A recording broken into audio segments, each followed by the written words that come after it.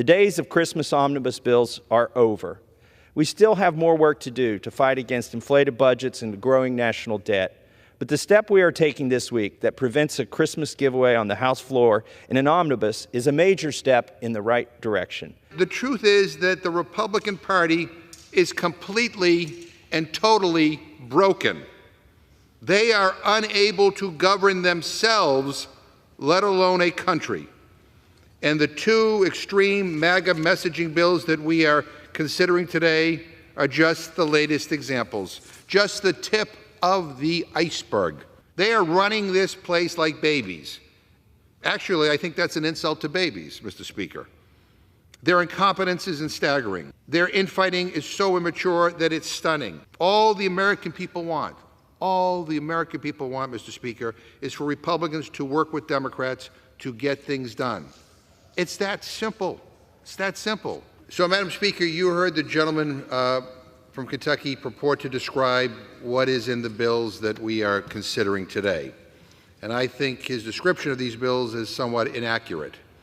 The so-called No Funds for Iranian Terrorism Act, and I say so-called because this bill does not actually do what the title suggests.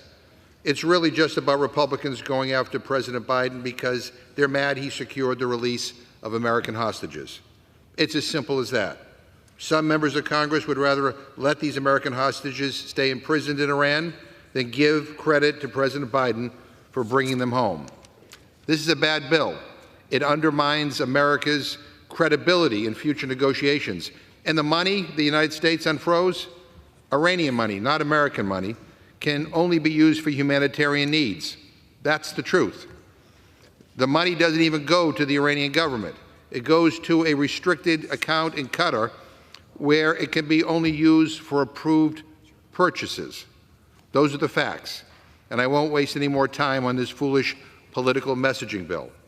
The other bill contained in this rule is H.R. 5893, another extreme MAGA Republican spending bill. It's no shock that this radical commerce, justice, and science appropriation bill couldn't even get a markup and a vote out of the full Appropriations Committee because it's nuts. It defunds the police, which is ironic, but let's not even go there. And it guts programs that help small businesses, slashes services that help missing and exploited children. I mean, really? And it makes it easier for criminals to get their hands on guns. Now, our job on the Rules Committee is to help run this place like professionals, to advance legislation in a thoughtful, orderly, deliberate manner, and to do it in a way that reflects well on the Congress and the country. But since Republicans took over, we have seen nothing but dysfunction and disaster in this chamber. Chaos, confusion, and crisis at the hands of MAGA extremists who have turned this place into a circus. Republican incompetence over the last 11 months takes my breath away. As this chart shows, Madam Speaker, we have a timeline up here that speaks for itself. A week wasted on 14 failed votes for Speaker while Kevin McCarthy agreed to shady backroom deals with MAGA extremists so he could win the gavel.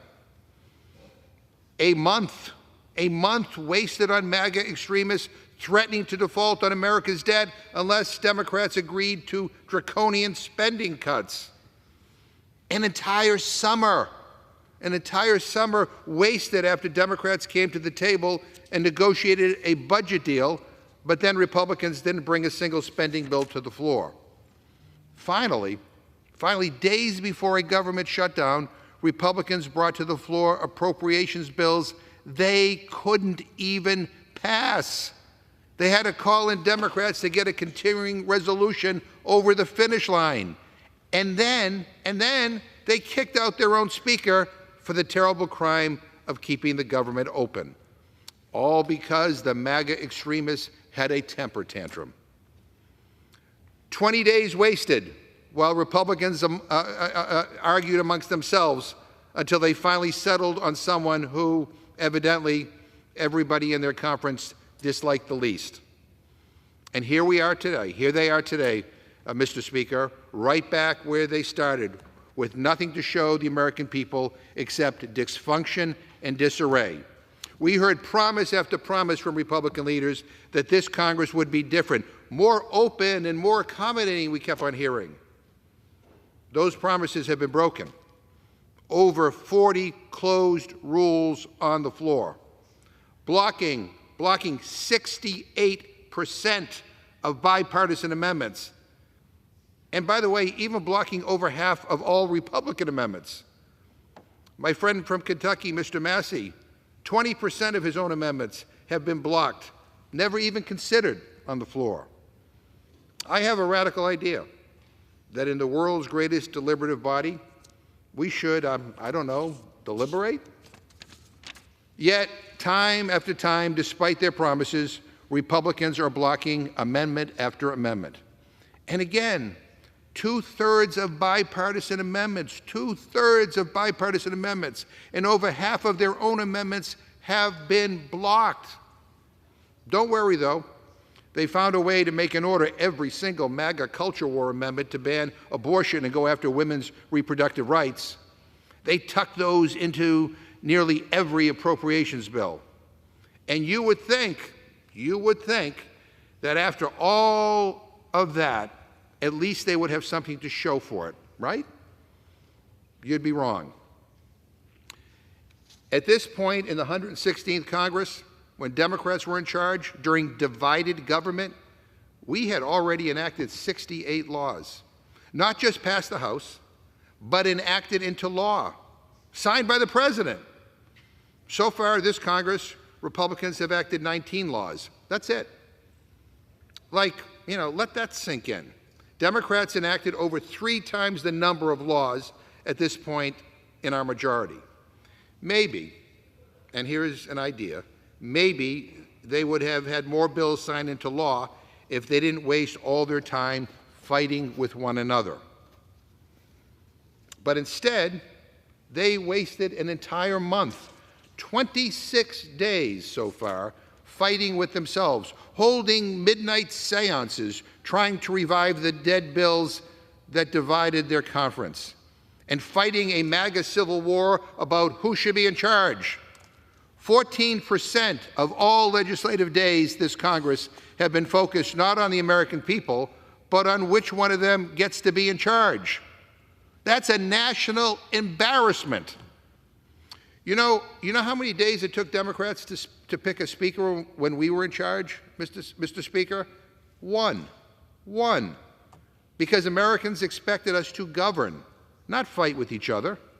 Which reminds me, it's not like we don't have a recent example of what it looks like when Congress gets stuff done in a productive and bipartisan way. So now, let's compare their record this Congress with our record last Congress. Republicans have made fewer bipartisan amendments in order. Hell, they've made fewer majority amendments in order, and only 19 bills signed into law. Again, we have a recent example of what this place looks like when it works. Democrats enacted 58 laws last Congress, signed by the President at this point. I said a moment ago that it was 68 under divided government. It was 58 in the last Congress, because we get things done, no matter who is in the White House. We take our job seriously. The facts speak for themselves, and the contrast could not be more clear. Because this right here, this is what Democratic leadership looks like in Congress. It looks like results for American families. Democrats passed the American Rescue Plan, ending the COVID crisis and reopening our economy. Democrats passed the CHIPS and Science Act, bringing jobs back from China and supply chains back from overseas. Democrats passed the Infrastructure Investment and Jobs Act, a historic investment that will rebuild our infrastructure for generations and generations to come. And what did almost every single Republican do on every single one of those bills? They voted no. But guess what? They're in charge now. And instead of rising to the occasion, they have totally failed at governing. Republicans barely control one half of one branch of government. Democrats control the Senate and the White House. To get anything done, anything at all, we all have to work together. We have to compromise. We have to do things in a bipartisan way. And that's, quite frankly, what the American people want. They want us to put people over politics to get stuff done.